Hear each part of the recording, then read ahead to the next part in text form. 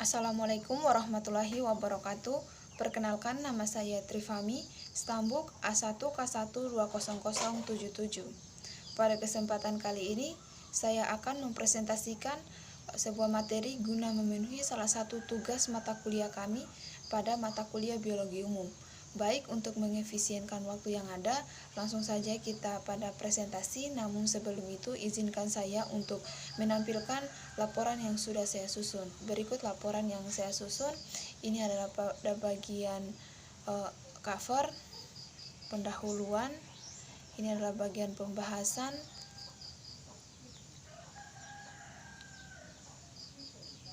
Ini adalah bagian rangkuman, dan terakhir di sini ada daftar pustaka. Di daftar pustaka saya menggunakan 5 buah buku nasional.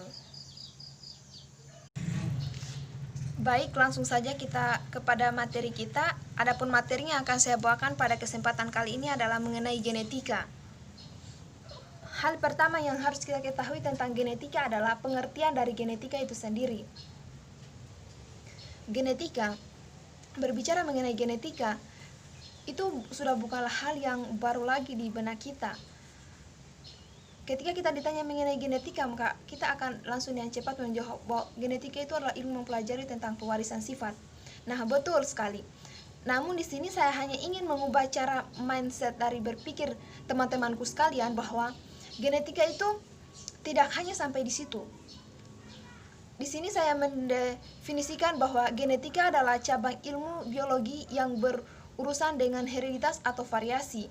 Hereditas di situ adalah sama halnya dengan pewarisan sifat, dan variasi di sini adalah keberagaman.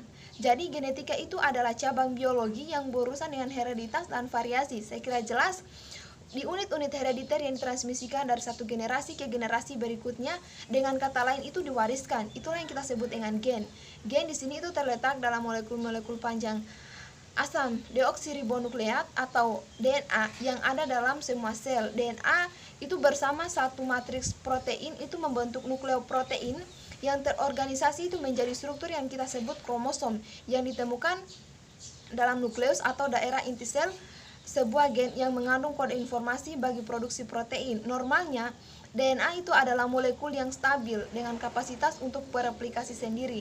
Terkadang bisa terjadi perubahan spontan pada bagian DNA. Nah, perubahan itulah yang sekarang ini yang kita sebut dengan mutasi.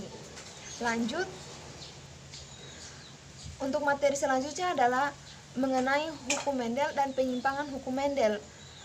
Ketika kita membahas tentang materi genetika, rasanya tidak akan lengkap sebuah materi tanpa adanya hukum Mendel dan penyimpangan hukum Mendel, karena itu adalah sangat penting. Yang pertama, hukum Mendel. Berbicara mengenai hukum Mendel, yang dasar katanya adalah Mendel. Mendel itu bukanlah nama yang asing di telinga kita. Itu adalah nama yang sudah sangat kita sering sebut, karena tanpa Mendel mungkin ilmu genetika itu tidak akan pernah bisa lahir. Karena sejak penemuan Georgi Mendel 1822 sampai 1884, pengetahuan genetika itu berkembang menjadi suatu lapangan ilmu pengetahuan dalam biologi. Mendel telah melakukan berbagai percobaan persilangan atau penyerbukan silang terhadap berbagai jenis tumbuhan dan beberapa jenis binatang. Dengan adanya penelitian Mendel tersebut, maka sampai sekarang ini Mendel itu dijuluki sebagai bapak genetika.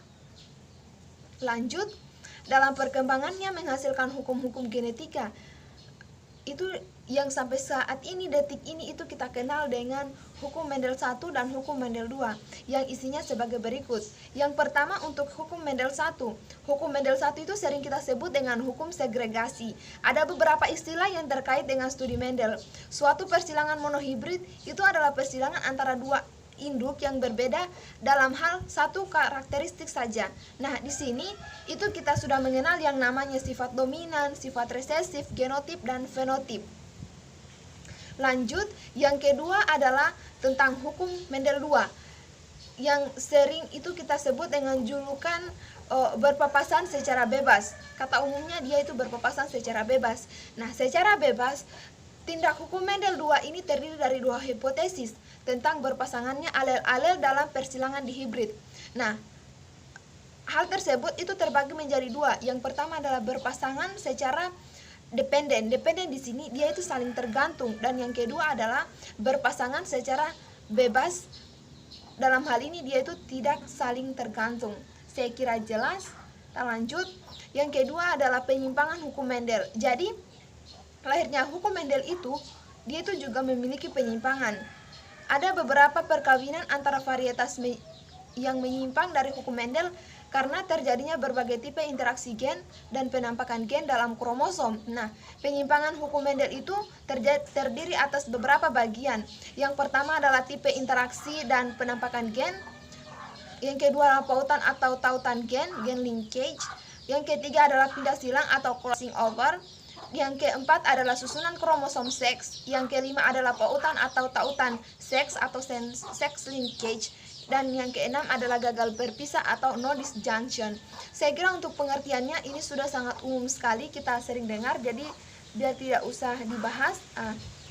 Lanjut, saya hanya akan membahas pada bagian gagal berpisah. Pada peristiwa pautan seks itu terjadi juga pada manusia. Jadi ternyata peristiwa pautan seks itu terjadi juga pada manusia, yaitu gagal berpisah pada kromosom seks dan gagal berpisah pada autosom. Gagal berpisah pada kromosom seks manusia itu diantaranya yang kita sebut dengan sindrom Turner, sindrom Klinefelter, wanita super dan laki-laki super. Sedangkan gagal berpisah pada autosom itu diantaranya ada sindrom Down, sindrom Pantau, dan sindrom Edward. Lanjut, selanjutnya adalah kita berbicara mengenai mutasi. Mutasi, ketika kita mendengar bahasa kata mutasi, itu kita akan langsung timbul di benaknya kita bahwa mutasi itu berhubungan dengan perubahan. Nah, pasti kita bertanya, apa hubungannya dengan genetika? Nah, mutasi itu sangat berhubungan penting dengan genetika, karena mutasi gen itu terjadi sebagai perubahan dalam gen dan timbul secara spontan. Mutasi di sini itu merupakan sumber utama bentuk gen baru untuk menimbulkan keberagaman genetik bagi seleksi alami dan untuk digunakan untuk pemulihan tanaman dan hewan dalam menciptakan varietas baru. Jadi dengan adanya mutasi maka akan timbul sebuah varietas baru. Saya kira jelas. Lanjut, yang materi selanjutnya adalah hereditas pada manusia. Hereditas di sini adalah pewarisan. Berarti dapat diartikan bahwa pewarisan sifat pada manusia. Ini dibahas dalam dua materi. Yang pertama adalah cacat dan penyakit bawaan itu diwariskan melalui gen. Pada umumnya, penyakit-penyakit genetis itu dibawa oleh gen-gen yang sifatnya resesif. Jadi akan muncul sebagai suatu penyakit atau cacat bila mana dalam keadaan resesif homozigot. Untuk keadaan gen yang heterozigot, individu yang bersangkutan itu tidak menampakkan adanya kelainan atau penyakit. Individu yang demikian itulah yang disebut dengan pembawa sifat atau karir.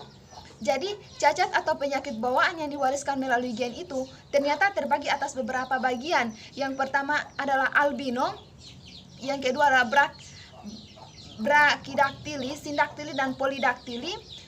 Yang ketiga buta warna, dan yang keempat adalah hemofilia. Biasanya di sini ada thalassemia, cuman itu tidak kita bahas. Dan yang selanjutnya adalah yang kedua itu adalah golongan darah itu diwariskan melalui gen.